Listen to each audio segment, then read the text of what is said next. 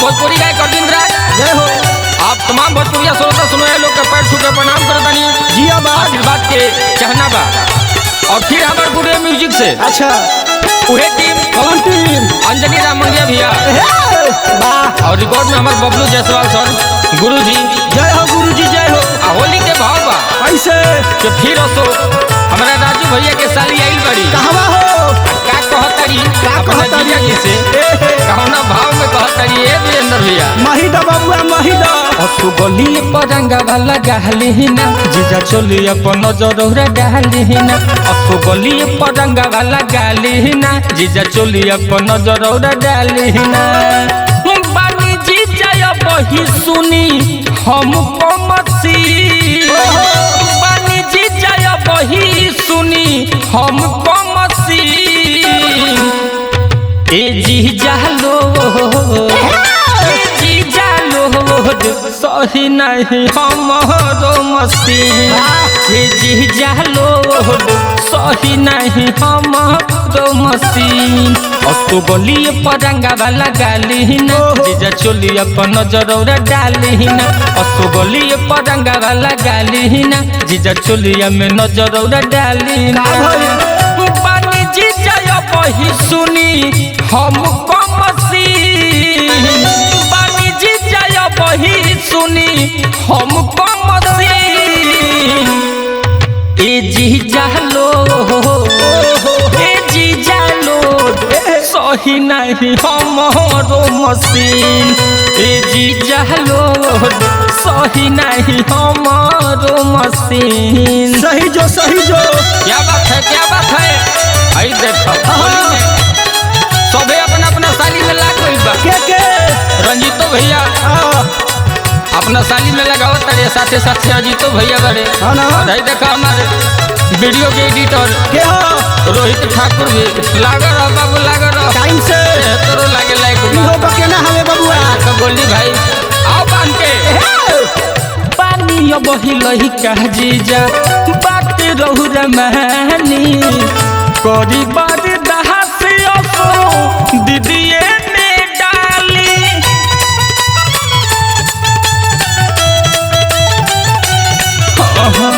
पानी अब हिलही कह जीजा बात रहु रमानी करी बार दहा से असो दीदीए ने डाली देखे में फूलल भले लागे दे हसीन देखे में फूलल भले लागे दे हसीन ए जीजा लो ए मालपुआ लागेली ए जीजा लो सही नहीं हमारो मसीन ए जीजा लो सही नहीं हमारो मसीन।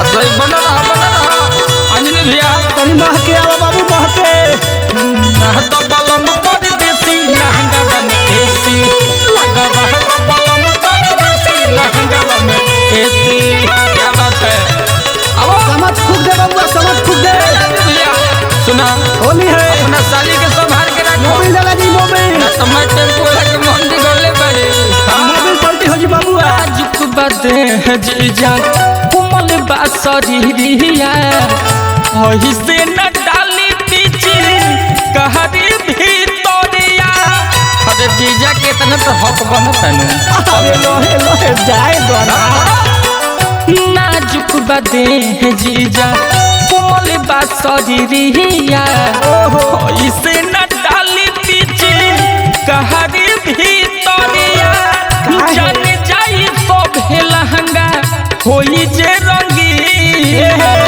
जान जाई सब लहंगा होई जे रंगीन ए जीजा लो ए जीजा लो अरे बनाओ कहीं नहीं हम मसीन ए जीजा लो सही नहीं हम मसीन। जाओ क्या बात है क्या बात है बन रहो रंगे तो जोबन के जाली की सुना नहीं हमर साली रंगे तो जोबन के जाली की सुना नहीं हमर साली। ए मुकेश भैया इलाहाबाद टेलर्स हमनी के मास्टर राकेश भैया यो भर होली चोली सी के अपना साली के भेजैले ह बबलू जैसा हाल सुनी ऐसे जन कहरी वीरेंद्र वियोगी फेरा में रहेले हवे घरी। अच्छा तो जाए तो होली रवि पासवान सुनी ऐसे जन कहरी गोल्डी रविंदर फेरा में रहेले हवे घरी।